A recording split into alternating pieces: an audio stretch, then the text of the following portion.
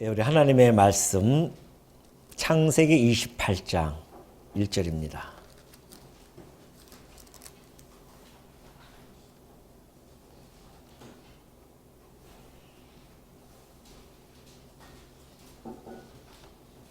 창세기 28장 1절. 이삭이 야곱을 불러 그에게 축복하고 또 당부하여 이르되 너는 가나안 사람의 딸들 중에서 아내를 맞이하지 말고 일어나 밧단 아람으로 가서 내 외조부 부두엘의 집에 이르러 거기서 내 외삼촌 라반의 딸 중에서 아내를 맞이하라.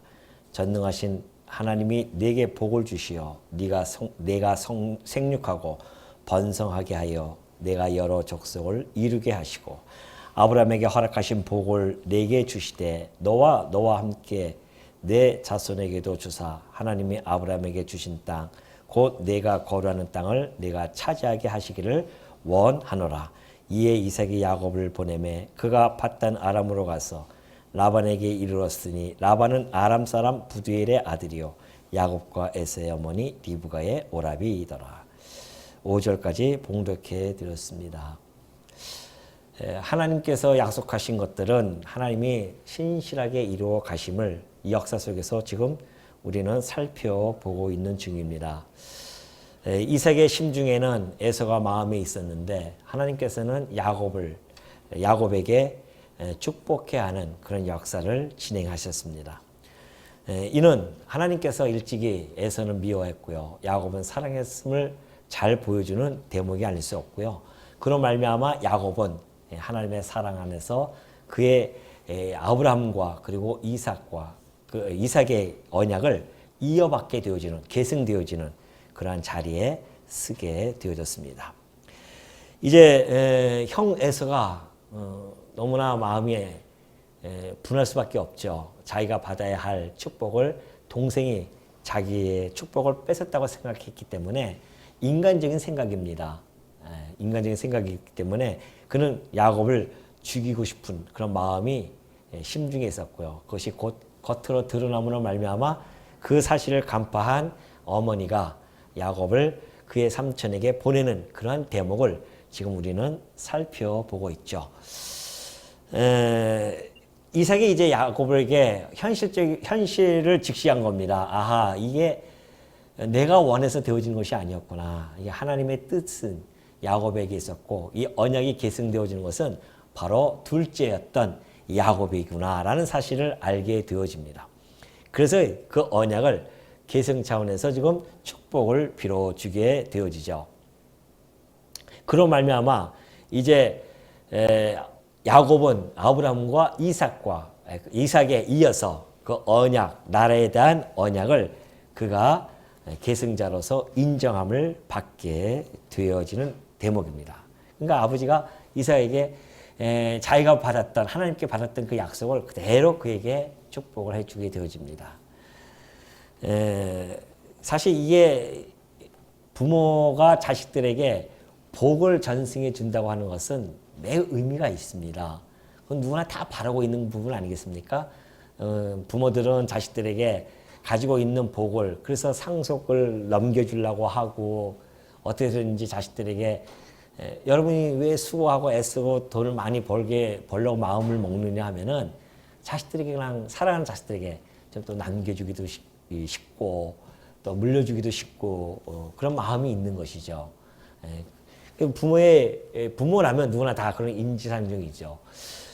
그러한 맥락에서 보면은 이삭도 결국은 그 야곱에게 자기 아들에게 자기가 하나님께 받았던 그 축복을 다 전승해주는 그런 일을 하게 되어집니다. 세상 사람들은 그러한 육신적인 복을 갖다가 물려주기를 원하지만 오늘 우리 성도들에게 있어서의 진정한 복이라고 하는 것은 하나님께로부터 받은 복된 소식 아니겠습니까? 그게 복음이죠. 그 복음을 후손들에게 우리 아이들에게 잘 전달해주고 계승해준다고 하는 것처럼 부모로서의 그 의무는 없는 겁니다. 성도에 있어서는. 그렇기 때문에 끊임없이 우리가 또 노심초사하면서 기도하면서 우리 후손들에게 내가 간직하고 있는 이 복된 소식을 꼭 그 자손들에게 전달해 줘야겠다라고 하는 그 마음을 갖는 것은 우리 성도로서는 당연한 일이라고 봅니다. 그래서 그저 어렸을 때는 제가 요즘은 이제 커서 못하는데 어렸을 때는 아이들이 누워서 자면요 꼭 제가 가서 이마에다가 이렇게 손을 얹고서는 기도를 했었거든요. 근데 이제 다 커가지고서는 뭐 뿔뿔이 또 흩어지고 있지만은 그게 잘 안 되더라고요. 그렇지만 여전히 우리도 비록 아이들이 컸다 할지라도 그 아이들에게 내가 가지고 있는 이 복된 소식이 우리 아이들에게도 그대로 계승되어졌으면 좋겠다 이런 생각을 갖게 되어지잖아요. 그래서 우리가 그 아이들에게 시간만 나면 어떻게 되든지 간에 때를 얻든지 못 얻든지 간에 아이들에게 복된 소식을 하나하나 자꾸 전달해 준다고 하는 것은 매우 우리 성도로서는 의미 있는 일이다. 이 이삭이 야곱에게 복을 계승해 주는 이런 내용을 통해서도 우리는 쉽게 알 수 있는 것이죠. 이것이 부모의 도리고 이것이 하나님께서 우리에게 자식을 맡겨주신 그런 일이다라는 생각을 갖게 되어주면 정말 끊임없이 우리는 그 복음을 계승해 주고자 하는 마음가짐을 우리가 잊지 않고 있어야 되겠다는 것을 다시 한번 생각하게 되어집니다. 이제 드디어 야곱은 험악한 세월을 죽음을 피해서 쫓겨가게 되어지는데요. 험악한 세월이 시작되어집니다. 사실 야곱은 그동안 뭐 엄마 밑에서 얼마나 편하게 잘 지냈습니까? 이제 처음으로 그가 집을 떠나서 객지를 향해서 길을 가게 되어집니다.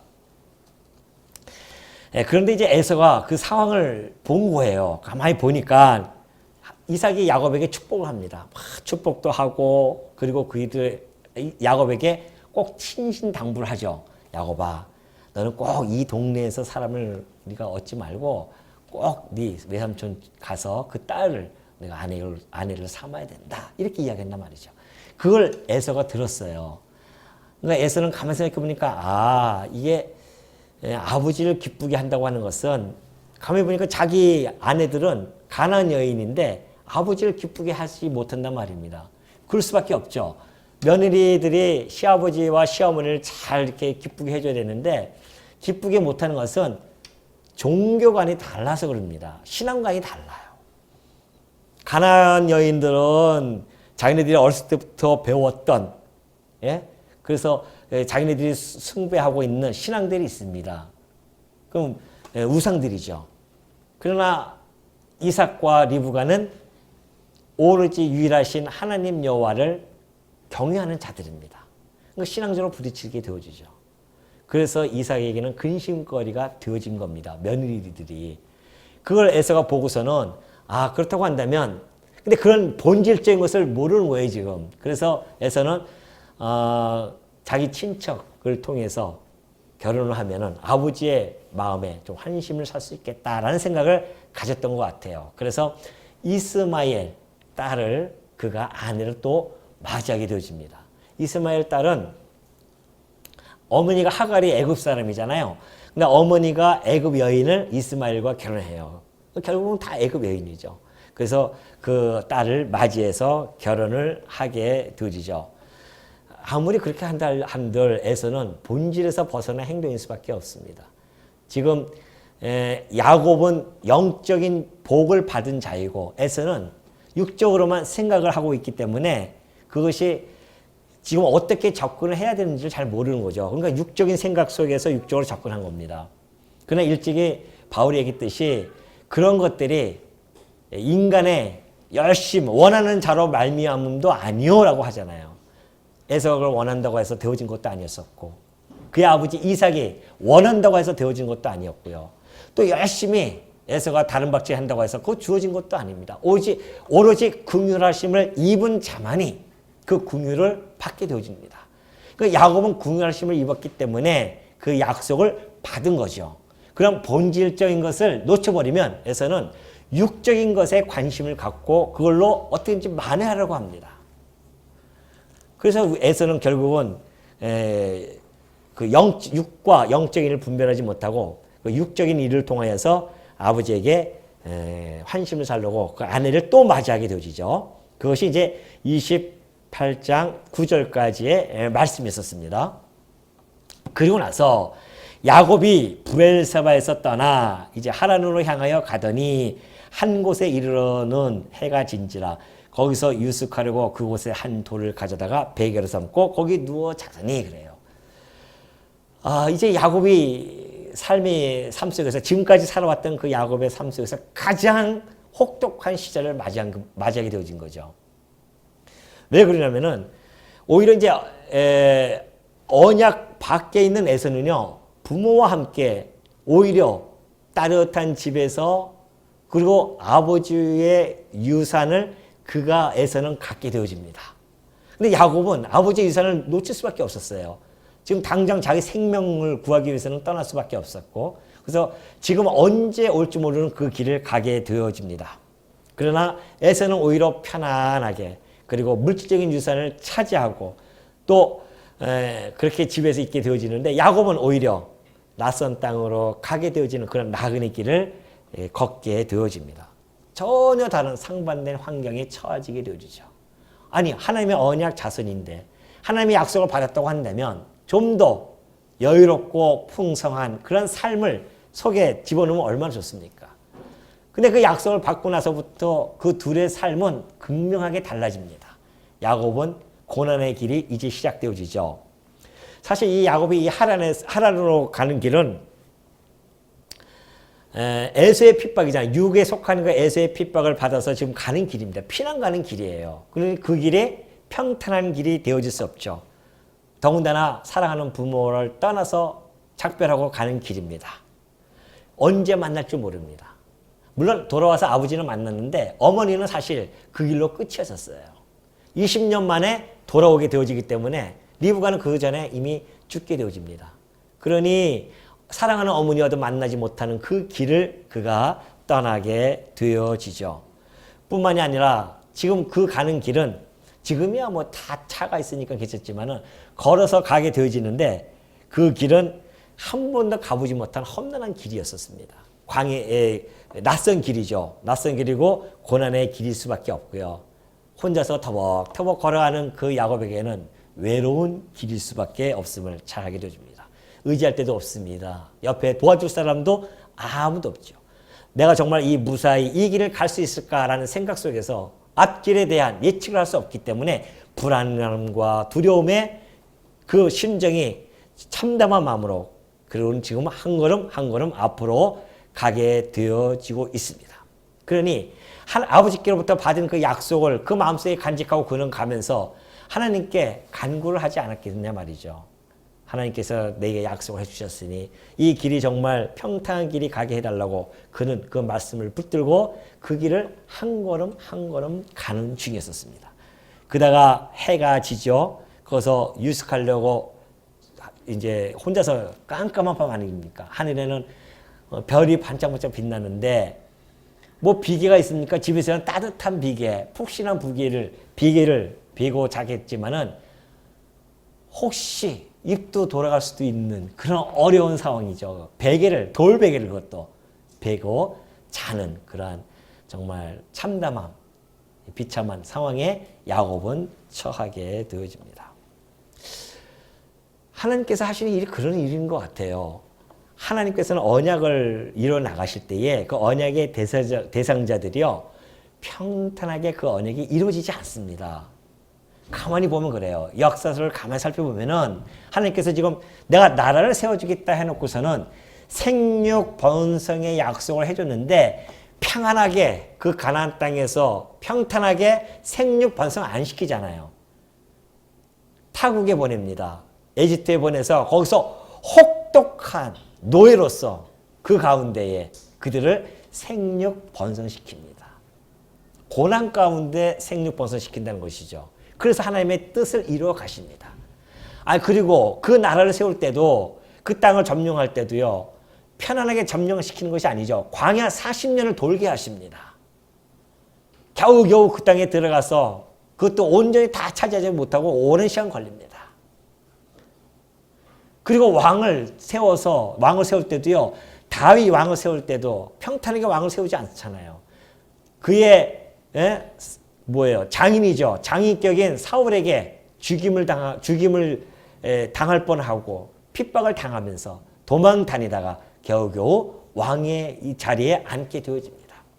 그래서 나라를 세워준단 말이죠. 하나님이 언약하신 그 내용들을 면면을 살펴보면은 다 고난 속에, 시련 속에서 그 약속을 다 하나하나씩 이루어 가시는 모습을 우리는 원리를 발견하게 되어집니다. 왜 그렇게 하실까요, 도대체?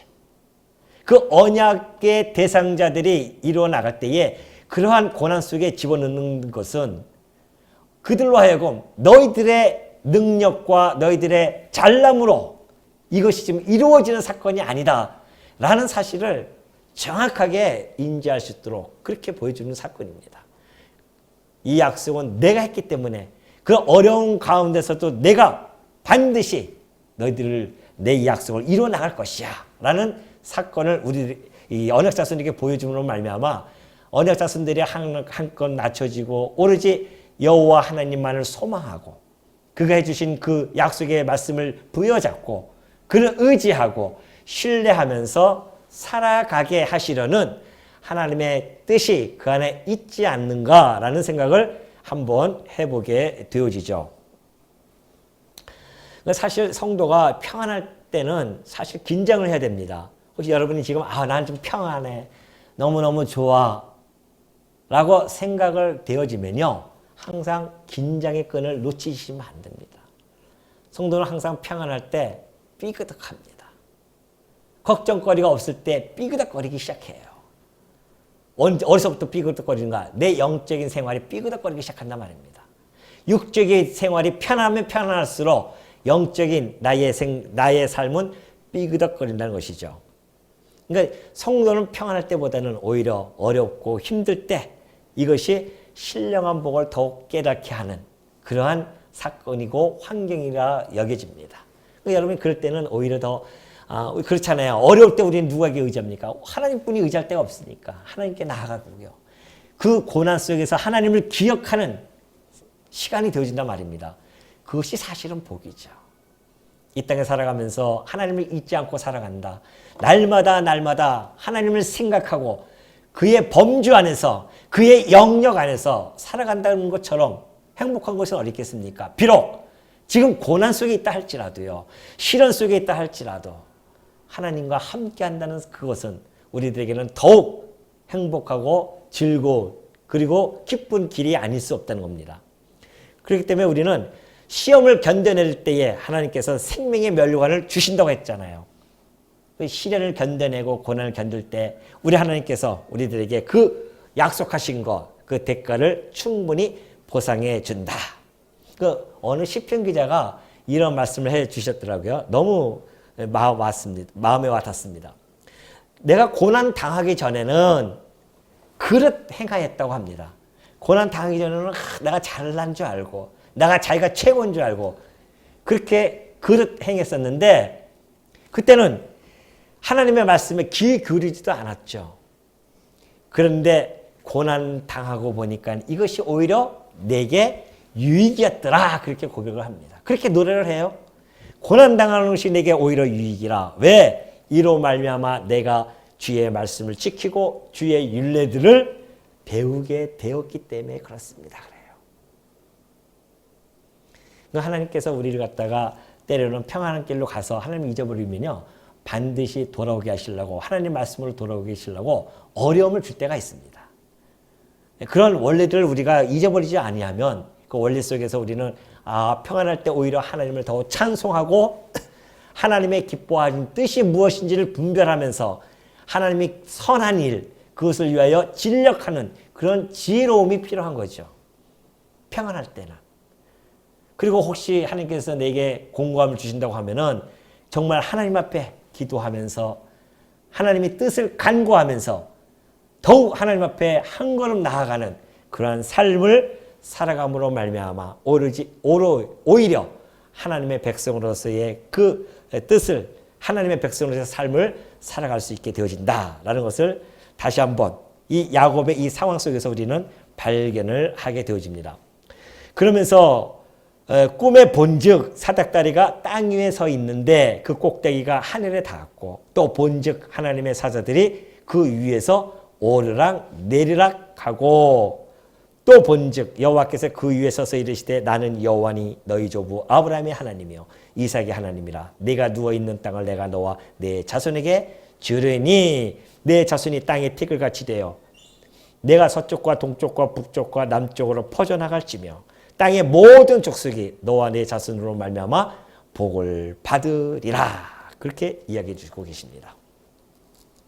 자, 아까 얘기했듯이 이 고난 속에 있는 정말 외롭고 지금 이게 그런 상황이죠. 야곱으로서는.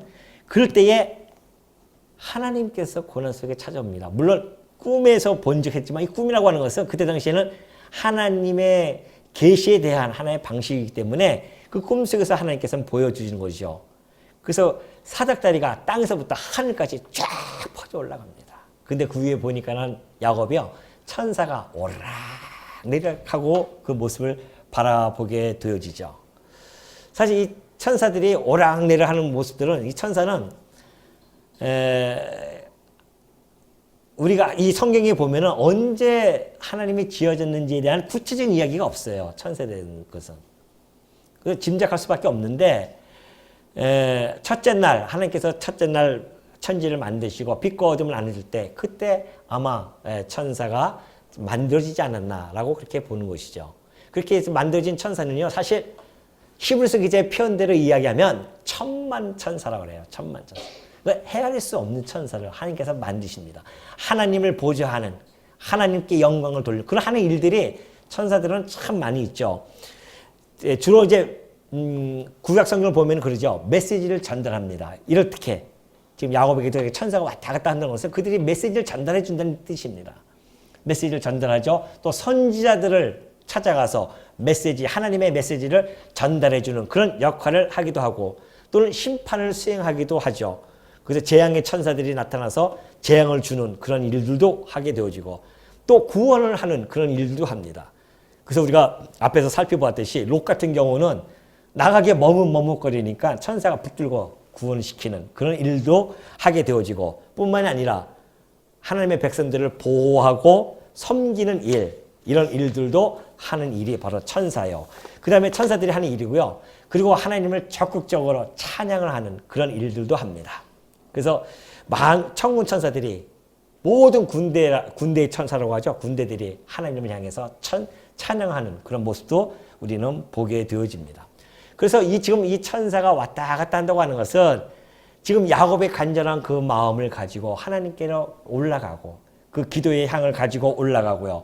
하나님께서는 그것에 대한 응답으로 내가 너를 돕고 보호해 간다는 그런 사실을 메시지를 천사를 통하여 전달해 주는 그런 상황.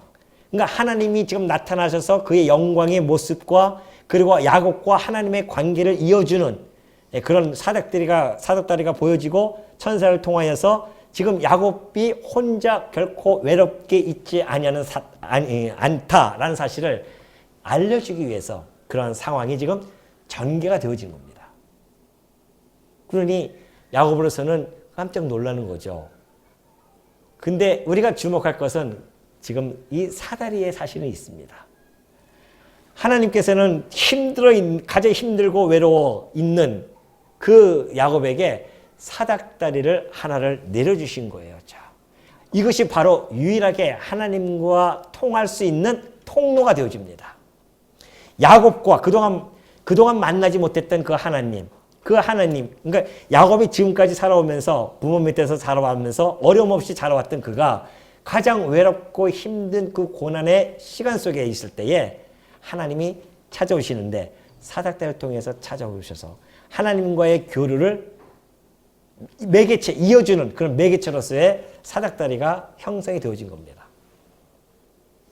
근데요, 우리가 주목할 것은 이 사닥다리에서 흥미로운 사건을 우리가 알게 되어지는데 예수님께서 이 상황을 그대로 전달해 주는 부분이 있었습니다. 그게 언제 있었냐면은,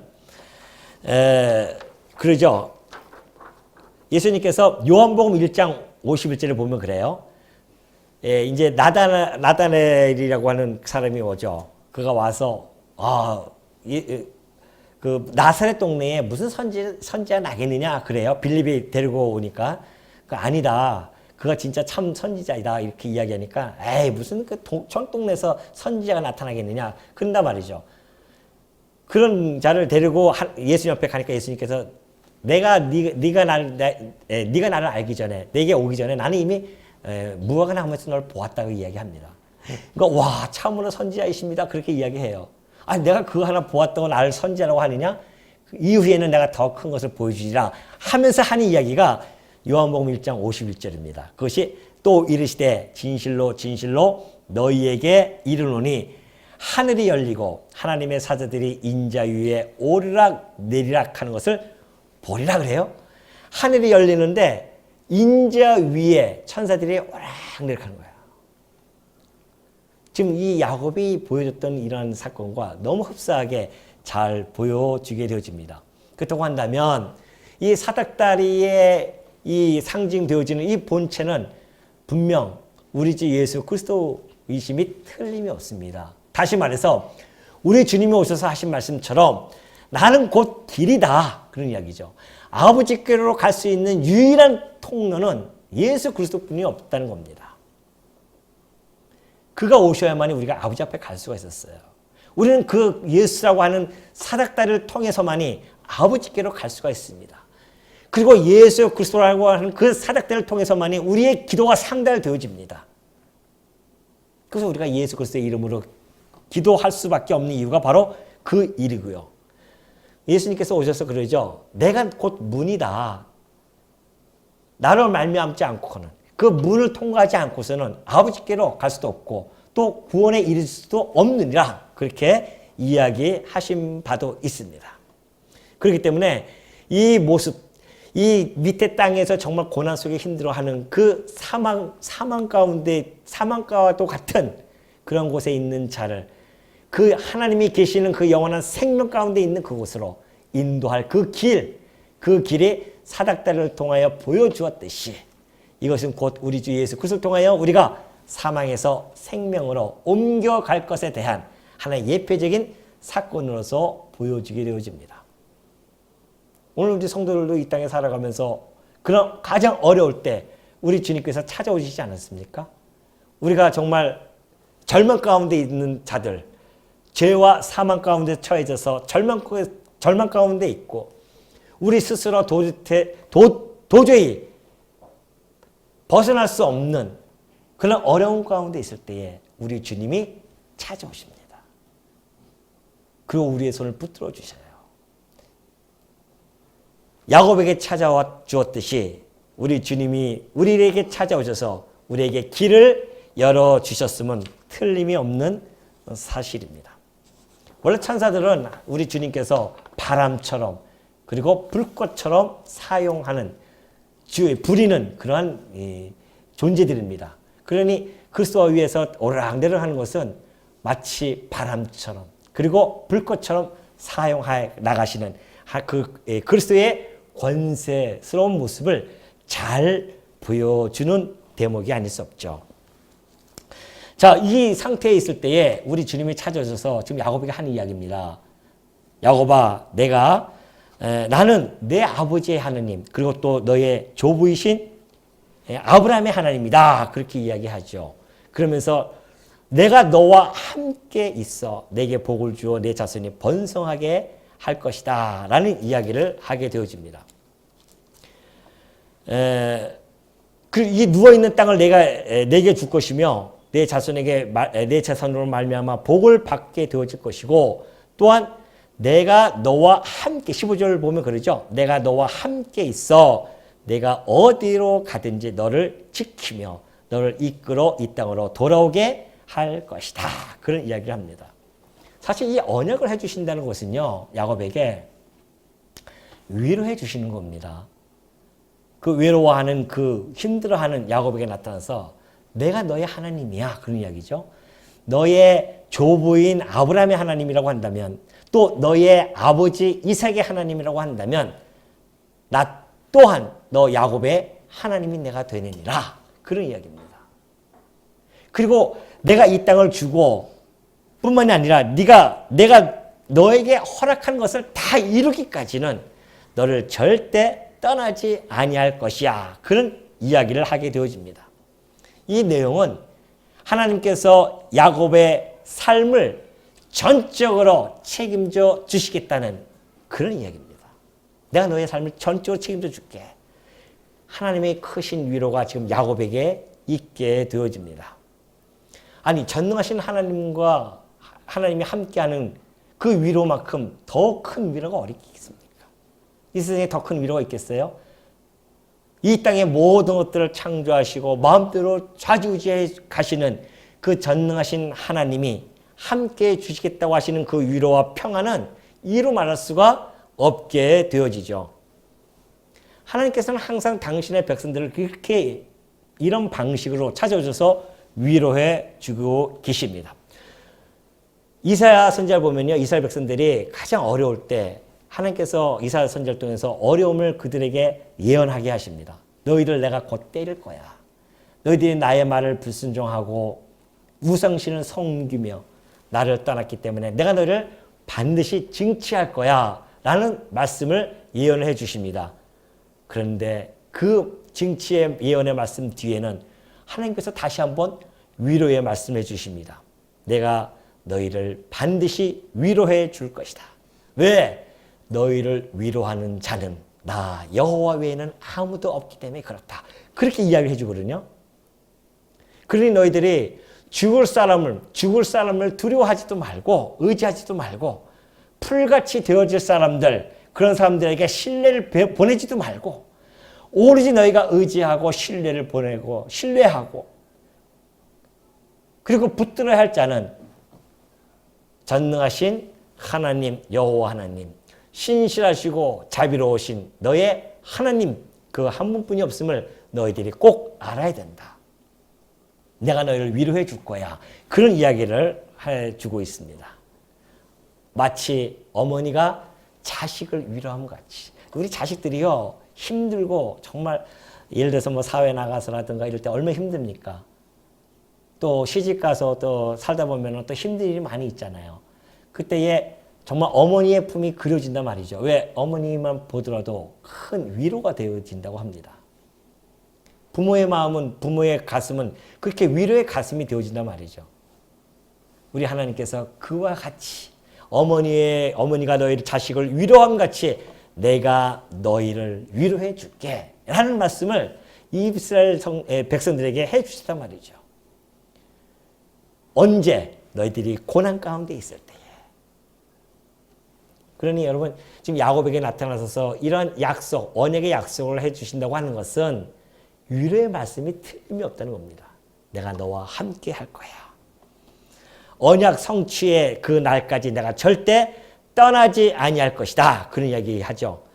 주목할 말씀, 함께 있어 너를 지키며 내게 허락한 것을 다 이루기까지 떠나지 아니할 것이다. 이것처럼 큰 위로가 어딨겠습니까? 하나님의 백성에게는 이런 큰 위로가 항상 있습니다.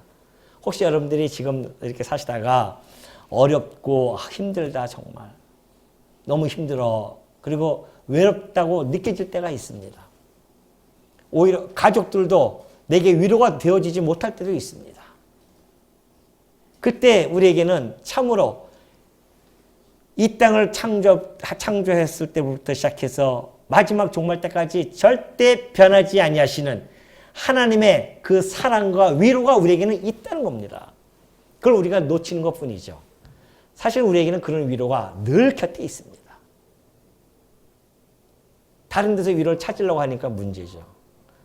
우리에게는 그런 하나님의 위로가 항상 함께 하고 있음을 우리는 알게 되어집니다. 지금 도망자의 길을 걷고 있는 이 야곱에게 하나님이 동행해 주신다. 네가 가는 곳까지, 내가 너에게 허락하는 이 약속을 다 이룰 때까지는 항상 떠나지 않겠다고 하는 그 약속, 보여주신다는 그 약속, 그것처럼 다윗에게는 절실하고도 값진 약속이 있었을까요? 그것처럼 큰 위로가 있겠냐 말이죠. 아까 얘기했듯이 이 약속은요, 하나님께서 야곱에게만 주는 약속이 아니라 당신의 언약 백성들에게 끊임없이 던져주는 메시지였습니다. 정말 그런 거 한번 볼까요? 모세가 그랬었죠. 모세가 죽고 나서는 하나님께서 여호수아에게 나타납니다. 그것이 여호수아 1장 5절의 말씀입니다. 거기 보면 이렇게 써 있어요. 네 평생에 너를 능히 대적할 자가 없으리니 내가 모세와 함께 있었던 것 같이 너와 함께 있을 것이며. 그래요. 모세와 내가 함께 있었었는데 그것처럼 내가 너와 함께 있을 것이다. 내가 너를 떠나지 아니하며 버리지 아니할 것이다. 그래요. 내가 너를 떠나지 아니할게. 똑같은 이야기죠. 야곱에게 내가 너희가 허락한 일을 다 끝날 때까지는 떠나지 아니할 거야. 똑같은 명령이란 말입니다. 여호수아가 얼마나 두려워합니까 지금. 광야에서 다 봤잖아요. 정말 말 지질이 안 듣는 그 이스라엘 백성들. 그들을 데리고 저 가나안 땅에 지금 건너가야 되는데 그때 찾아오셔서 우리 주님 그 가장 외롭고 힘들 때 여호수아가 힘들 때 찾아오셔서 하시는 말씀이 모세에게 함께했던 것처럼 너 모세의 모습을 보지 아니하였느냐. 내가 그와 함께해서 얼마나 큰 이적과 능력을 베풀었느냐. 그것처럼 내가 너와 함께 해서 내가 너와 함께 그 모든 기적과 이적을 다시 베풀어 줄 것이다 라는 이야기입니다. 그리고 함께 떠나지 않겠다. 그러니까 두려워하지 말라는 겁니다. 다윗이 죽고 나서요. 어린 솔로몬에게 하나님께서 또 나타나십니다. 그리고 나타나서 하시는 말씀이 솔로몬에게 너는 강하고 담대하게 이 일을 행하라 그래. 이 일이 뭐냐면 성전 짓는 일입니다. 이 성전 짓는 일을 마치기까지 여호와 하나님 나의 하나님이 너와 함께 계시사 내게서 떠나지 아니하시고 너를 버리지 아니하실 것이다. 뭐 할 때까지? 성전의 일을 다 마칠 때까지. 하나님께서 각 시대마다 그 인물들에게 맡겨주신 일들이 있어요. 그 일이 다 끝날 때까지는 절대 떠나지 아니하신다는 겁니다. 정말 그래서 솔로몬은 성전을 얼마나 아름답게 졌습니까? 솔로몬에게 뿐이겠습니까? 예수님께서 제자들에게도 그러죠. 승천하시기 전에 내가 세상 끝날까지 너희와 항상 함께 있을 것이다 라고 하면서 정말 늑대들 무리 가운데 남겨두는 그 양떼와 같은 그 어린 그들을 남겨두면서 하시는 말씀입니다. 걱정하지 마라. 내가 세상 끝날까지 너희와 항상 함께 할 것이다 라는 이야기를 하게 되어집니다. 그러니 모든 일을 마칠 때까지 하나님께서 함께 하신다는 이 하나님의 약속의 말씀은 언약 자손들에게는 이것처럼 천국만마 같은 그런 음성이 어디 있겠습니까? 성도에게는 그런 위로가 있는 겁니다. 우리는 그래서 성도들은 그러죠. 어렵고 힘들 때 잠깐만 우리는 물질적인 것을 바라봅니다. 혹시 이것이 내게 위로를 주지 않을까? 이것만 있으면 내가 위로를 받을 것 같고 이 어려움에서 내가 벗어날 것 같아 라고 생각할 수가 있죠. 그러한 자들을 향해서 히브리서 기자는 이렇게 이야기합니다. 이걸 한번 찾아봅시다. 히브리서 13장 5절입니다.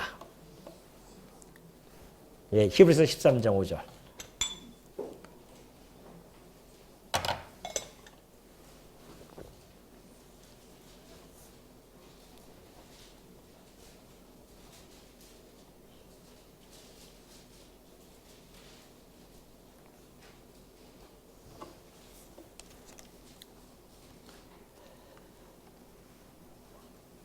한번 크게 한번 읽어봅시다. 자, 시작.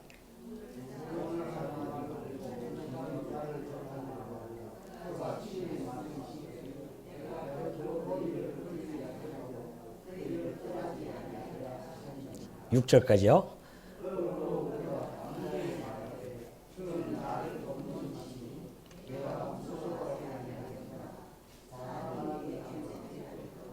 예. 사람들이 자꾸만 돈에 물질에 하나님 외에 다른 것들을 위로의 대상으로 삼습니다. 그러한 우리 성도들을 향해서 히브리서 기자는 쐐기를 박는 그런 말씀을 해주고 있는 것이죠. 아니다. 돈을 사랑하지 말라는 겁니다. 그리고 있는 바를 족한 줄 알래요. 있는 바를 족한 줄 알라. 지금 제가 가끔 그런 말씀을 자주 드리는 말씀이 다 이런 말씀을 믿기 때문에 제가 하는 말씀입니다. 우리가 이것을 말씀을 그냥 하나님이 해주신 말씀이구나라고 읽고 지나가면 아무 의미가 없습니다. 하나님의 말씀을 믿는 자에게는 이 말씀이 살아 운동력이 있어가지고 놀라운 역사를 진행해 가게 되어집니다. 여러분이 하나님 말씀을 대하는 우리들의 태도입니다. 그런 지식적으로 우리가 알고자 이 말씀을 보는 것이 아니에요. 믿어져야 된단 말입니다. 이 말씀을 믿어져야 돼요. 요즘은 큐티에서 말씀을 적용하는데 적용 정도가 아닙니다. 그냥 믿어야 됩니다. 왜 돈을 사랑하지 말라고 합니까? 이 세상 사람은 다 돈을 사랑하는데요. 왜 성도들은 돈을 사랑하지 말라고 합니까?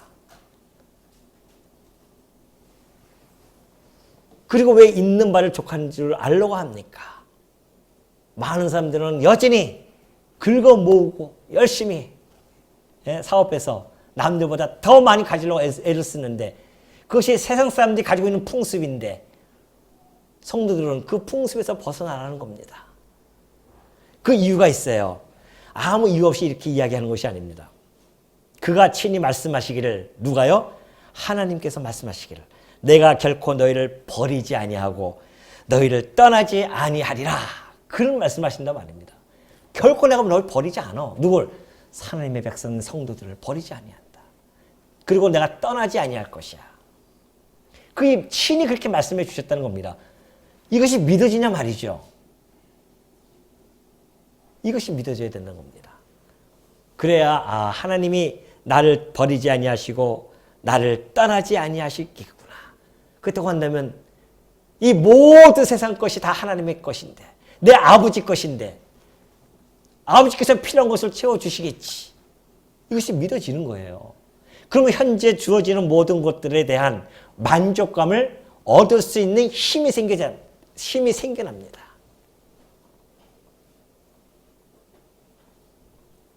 근데 그것이 믿어지지 않으면 자꾸만 물질적으로 사랑하는 마음이 생기게 되어집니다. 왜? 그 말씀 좀 넉넉하게 가지고 있으면 힘이 난단 말이죠.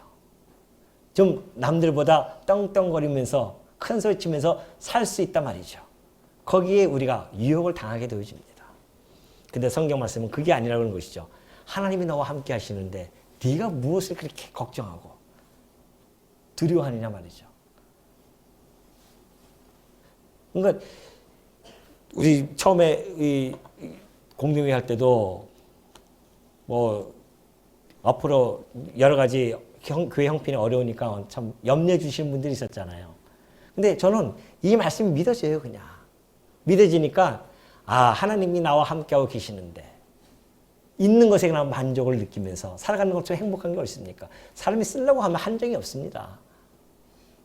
끝이 없죠. 쓰고 싶을 때를 쓴다고 하는 것은. 그러나 하나님께서 오늘 이 시간에 내게 주어진 것이 있다고 한다면 그걸로 너는 이것만 가지고 써라는 하나님의 말씀이기 때문에 우리는 그걸 받아들이고 그 범위 안에서 우리가 살아가면 된다는 것이죠. 그러면서 우리가 담대히 말하되 주는 나를 돕는 이시니 내가 무서워하지 아니하겠다. 하나님이 나를 돕는 자이신데 내가 뭐가 무섭냐 말이죠. 이런 말씀의 맥락은 지금 이 창세기 야곱부터 시작해서 아브라함부터 시작합니다. 그래서 쫙 이어져서 성도까지 다 가는 거예요. 왜? 아브라함부터 시작되어진 그의 자손들, 우리들 아니겠어요? 그 자손들에게 주어지는 말씀이란 말입니다.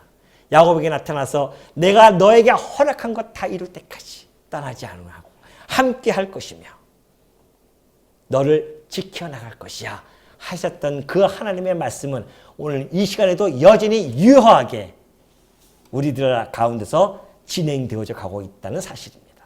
그러니 여러분들 이 땅에 살아가시면서 야곱과 같은 그 어려운 가운데 있습니까? 지금 돌 베개를 베고 자야 할 분들이 계시냐 말이죠. 그런 분들이 계신다고 한다면 걱정하지 마십시오. 현실은 암담한다 할지라도 하나님이 우리와 함께하고 계시고 나와 함께하고 계시고 나를 통한 하나님의 선하신 뜻이 이루어질 때까지는 나를 결코 떠나지 아니하시고 붙들고 계신다는 사실, 함께 하신다는 사실이 우리들에게 주어져 있기 때문에 우리의 마음은 참으로 평안함을 얻을 수 있다는 사실을 여러분 마음속에 꼭 간직해 주시고요. 야곱에게 주어졌던 이 고난의 시간이 결코 헛된 고난이 아니라 하나님이 함께해 주시는 놀라운 계기가 되어지는 전환점이 되어진다고 하는 그런 사실을 아시고 여러분 가운데서 어려운 가운데 있다고 한다면 지금이 하나님이 나와 함께 하심을 다시 한번 확인할 수 있는 절호의 찬스다라는 생각을 가지시면서 그 어려움을 묵묵히 견뎌내시는 주의 종들 되어주시기를 당부드립니다.